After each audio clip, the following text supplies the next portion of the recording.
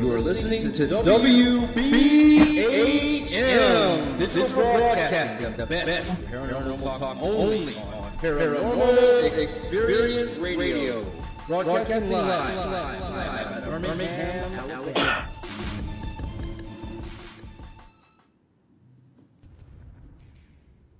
This is Ghost Talk with 187 PI. Sit back and prepare yourselves for an adventure into the paranormal world with host Shelley Robertson and 187 PI research team. Ghost Talk is broadcasting live from Ohio's most haunted jail. Listen as they delve into the history of the old and haunted Paulding County Jail, where some of the residents still live within its walls. Learn about their ongoing research at the jail and abroad, investigation techniques, and their personal encounters. Here is your host of Ghost Talk and 187 PI founder, Shelley Robertson.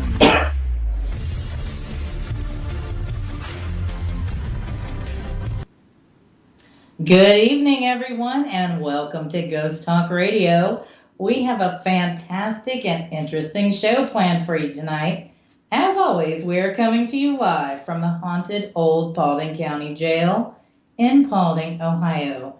We invite all our listening friends to join us in our interactive chat room at wbhm-db.com. Tonight, Kristen Boyd is here with me, and we will be discussing a super interesting topic. And it's super interesting for me and Kristen as well. Yes, it is. And it's haunted crime scenes. We also have photos of the locations we will be discussing tonight at our Ghost Talk Radio Facebook page. Just use the search feature at Facebook, type in Ghost Talk Radio, and we'll pop right up.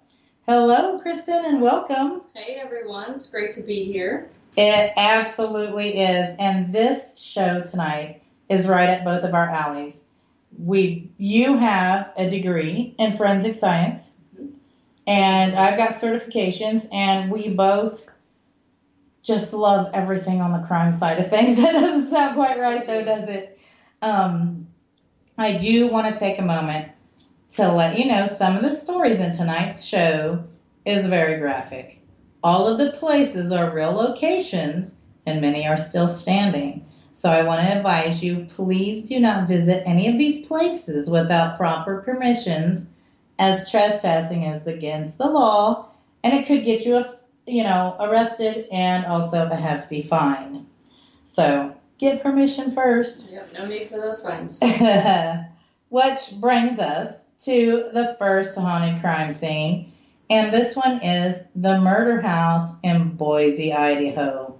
Now, if you currently or have ever lived in Boise, all you listeners out there, chances are you've heard about the disturbing events that have occurred as to what is commonly referred to as the murder house.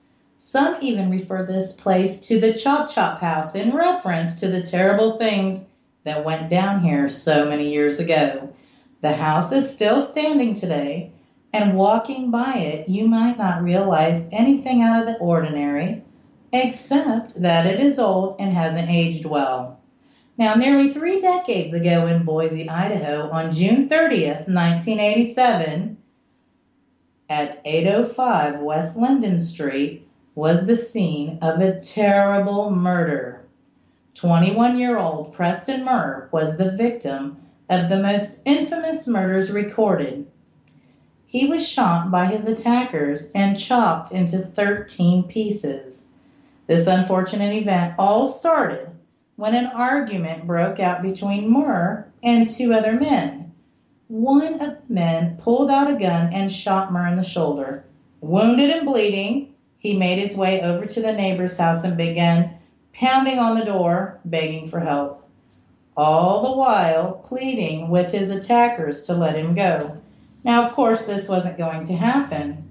The attackers were dragging him back to his home before the neighbor answered the door.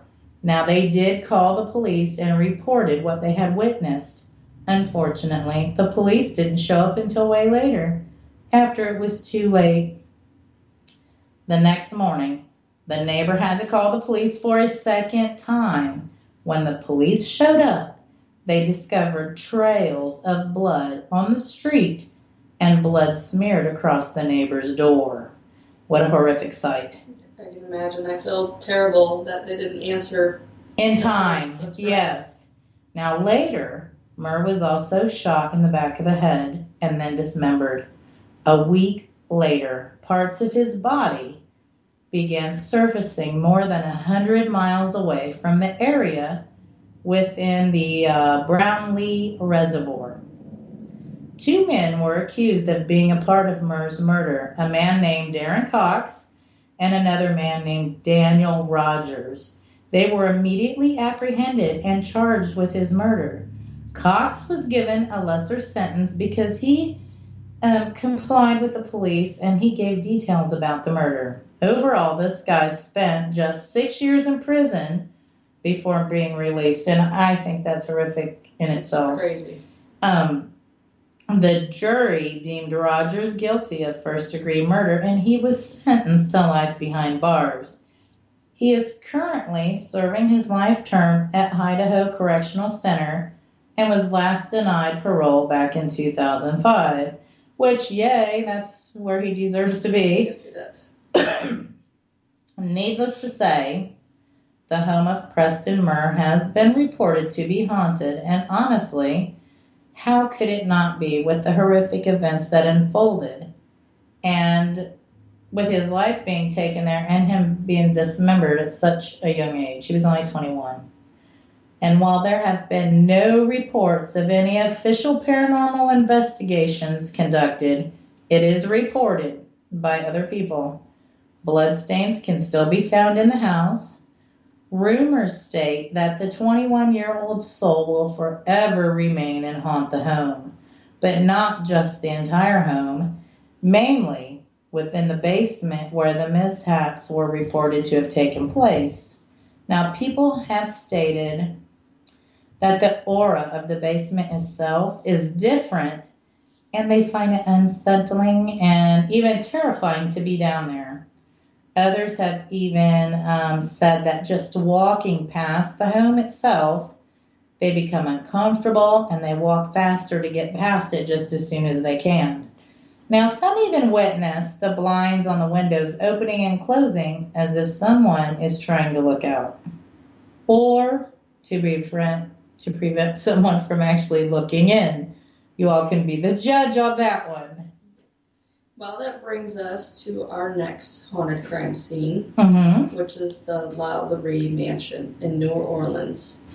Now, this house has a huge story and a great deal of history, but for us here tonight, we are just going to talk about the main parts and condense it just a little bit.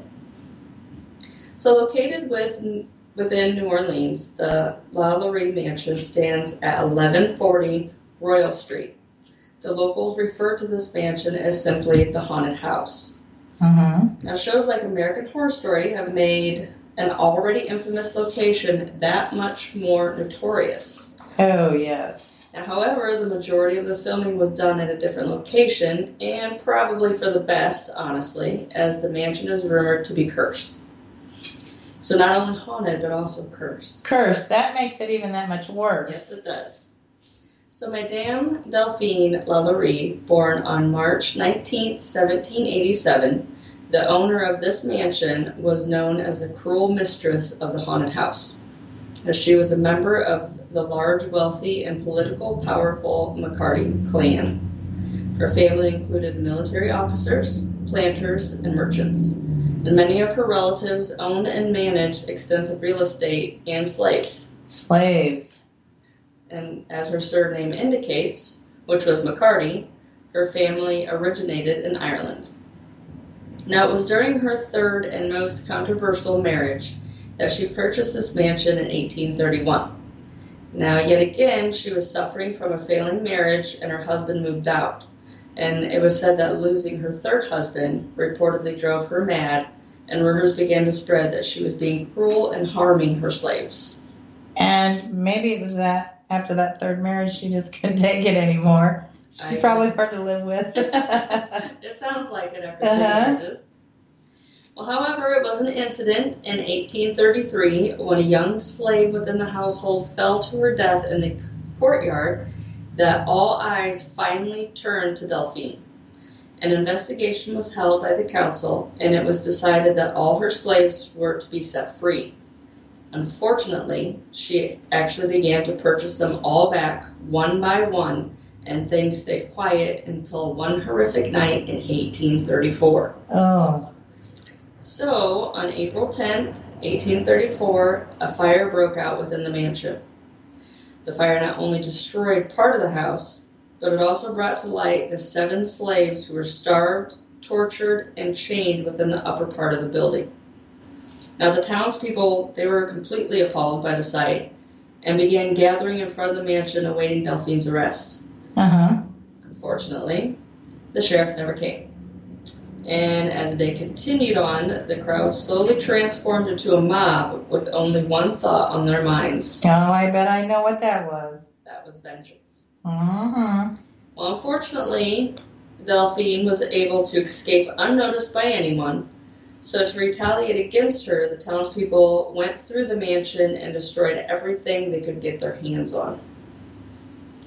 The conditions the slaves were found are just way too gruesome to share, and it was downright horrific, to say the least, for these poor, unfortunate victims.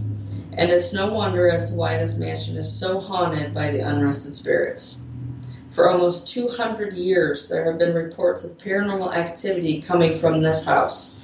Reports of moaning coming from the room where the slaves were kept and tortured are very common. Phantom footsteps also echo through the mansion and are frequently heard as well. People that have just stood near the mansion outside, they've reported feeling as if they were taken over by negative energy. And many people claim to hear screams of agony coming from the empty house at night and saw apparitions of slaves walking about in the balconies in the yards. Oh, my. Well, there's other tales of hauntings, and that includes finding body impressions on freshly made beds, appliances turning off and on their own. Sounds of laughing and cracking whips have also been reported. But one of the scariest sightings within the mansion is of a ghostly woman with her neck grotesquely bent from what appears to have been a hanging, with her eyes bulging and protruding tongue very apparent to the unfortunate onlookers who get to witness this terrifying sight. Yeah, I think that would be terrifying, and I have no doubt that that place is probably haunted beyond belief. Now, you know, we had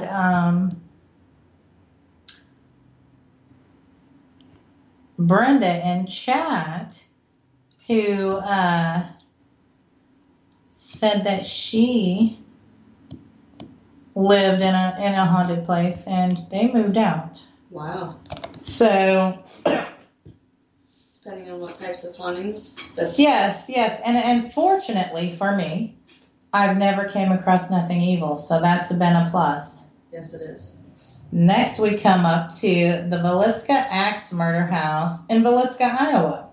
Now, this one is also a huge story, and it has a ton of history.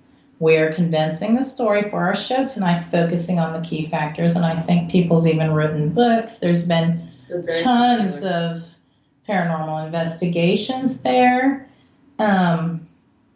It was in June of 1912 in the small town of Villisca, Iowa. The Moore family and their 2 children, actually, no, they had 4 children, and there was 2 children staying with them. It's like, yes. Yeah, so there were 6 children altogether, as I recall. They were brutally murdered in their sleep by being bludgeoned to death by an axe. In total, that's right, it was 2 adults and 6 children were killed that night. The horrific event went unnoticed until the following morning, when a neighbor realized that the Moores had not yet been outside to do the daily chores, and it was unlike the family to do this. So the neighbor decided to go next door and to check on them, but after knocking on their door repeatedly and getting no response, they truly began to worry and decided they should call the brother of the family. When the brother showed up and unlocked the door to check on them, he found such a gruesome sight and asked that the neighbor immediately call the police. It is tragically unfortunate that until this day, the murders have not been